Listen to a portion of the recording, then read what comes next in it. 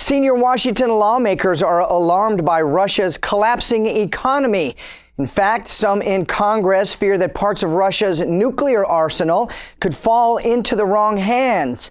U.S. officials say there's no immediate reason to think that Russia's atomic weapons could be sold off to the highest bidder or stolen. But hawkish Senator John McCain wants to hold hearings next year on this matter when the 114th Congress is seated. He wants to determine what Moscow is doing to keep its nukes secure.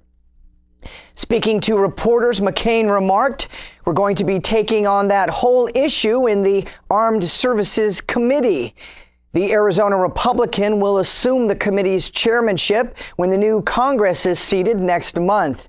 He'll be replacing retiring Michigan Democrat Carl Levin.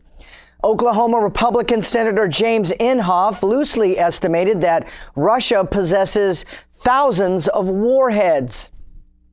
He surmised that nuclear warheads are a source of revenue for the Russian government. He also claimed that the warheads give Russia leverage for negotiations. Also, according to Inhofe, Russian President Vladimir Putin is getting more aggressive because of domestic problems. But the record shows that these domestic problems largely stem from Western economic sanctions targeting Russia for its so-called annexation of Ukraine's Crimean region. However, the exact nature of Russia's Crimean occupation is a matter of some dispute. All of this means that the U.S. is actively destabilizing Russia's economy, while at the same time pondering how Western sanctions might affect Russia's behavior regarding its nukes. Russia's economy, like that of Venezuela, is heavily dependent on crude oil exports to generate revenue, including for domestic needs. The overall drop in the price of oil may be welcome here in the United States, where gasoline prices are as low as $2 a gallon. But on the global market, Russia and Venezuela are no longer able to rake in the revenue to make ends meet. CNN Money, quoting a top Russian official, reported that Russia is losing the equivalent of $140 billion from sanctions and low oil prices. Russian Finance Minister Anton Siluanov said falling oil prices were causing the most damage, causing nearly $100 billion in annual losses.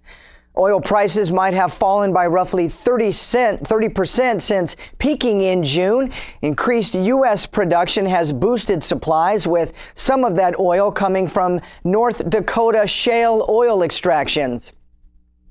Meanwhile, Western sanctions are expected to lead to another $40 billion in annual losses in Russia.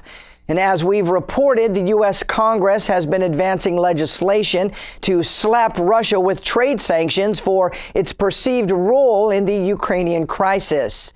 European governments have followed suit to some extent. Russia responded by banning various food imports, which reportedly has hurt European food exporters. In addition, Siluanov says that falling revenues could lead to cutting government spending by 10%, with a direct impact on everyday Russians. Meanwhile, U.S. Secretary of State John Kerry and various congressmen have constantly claimed that Russian citizens are not being targeted by sanctions. Yet, everyday Russians are converting their savings from rubles into other foreign currencies, as the value of Russia's money has fallen by about 27% versus the U.S. dollar since 2014 began. All things considered, it's helpful to remember that there are other kinds of warfare besides the military kind. So as Washington targets Moscow with economic warfare, an alleged nuclear security problem is being heralded by an American government that is still the only world power ever to have used atomic weapons. Some might say that if hypocrisy was a product, the U.S. could corner the global market.